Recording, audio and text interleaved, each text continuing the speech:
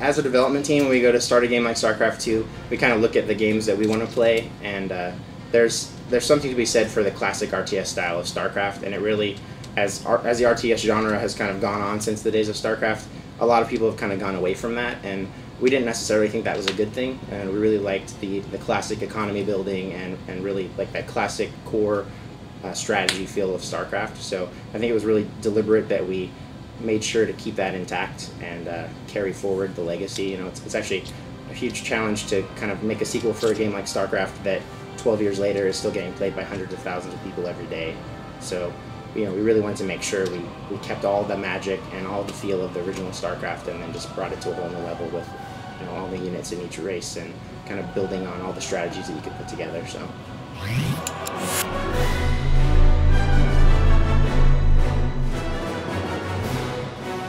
We currently don't have any plans to do any kind of StarCraft movie.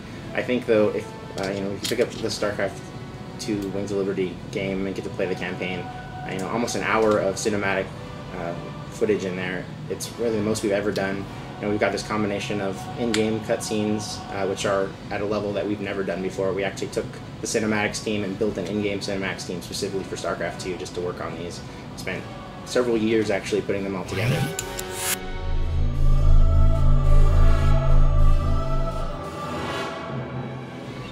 Kind of, the biggest driving factor of that is always kind of looking at the story that we want to tell and how we, what we're going to need in order to do that in the right way. And I think StarCraft has a huge storyline, and there's just a massive, massive universe there. And it's a game that people have been waiting to kind of extend that story for a long time. And rather than kind of cram it all into one 3-part game that kind of, you have a few missions on each one, we really felt like the story deserved a lot of focus for each of the 3 factions, and really being able to tell a really fully fleshed out Terran story coming into a next one as a Zerg story, and then ultimately ending up with a Protoss one.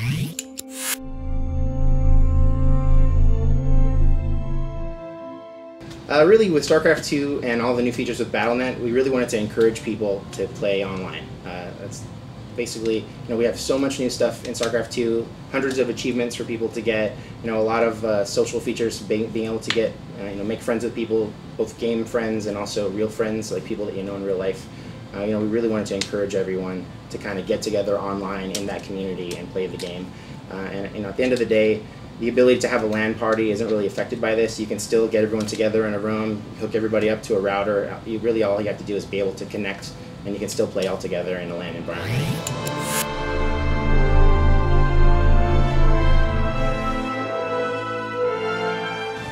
I haven't had any interaction with anyone from Activision in all my years working at Blizzard. I think Blizzard's always been a really autonomous developer, and we will continue to be one. So I think we pretty much have a really long and illustrious track record, and I think that we, as long as we continue doing what we really do best, which is make really fun games, there's really not a lot of influence that's going to come over to us. So.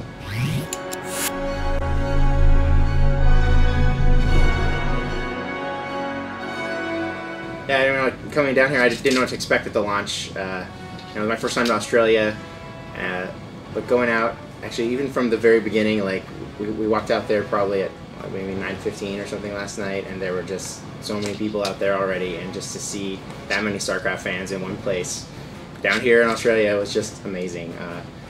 I think I've been really excited about this game. I think our whole team has been, and we were in the beta, and not until we actually are at launch day does it all really kind of come together, and the reality of like, hey, it's out there, it's done, people get to play it now. So it's just an amazing experience to be here with everyone, 2,000 plus Australians celebrating StarCraft II's launch. So great experience.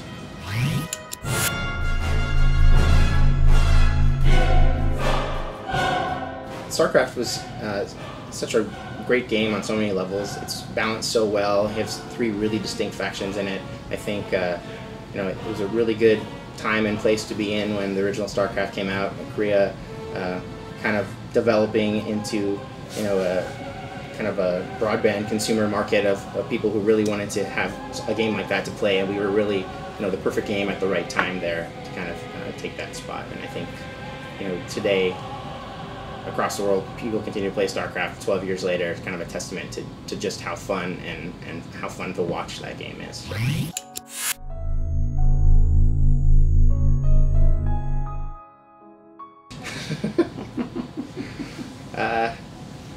No, but we definitely spent a lot of time polishing our game, and yeah, it's pretty shiny now. So go play StarCraft II. I think you'll enjoy it.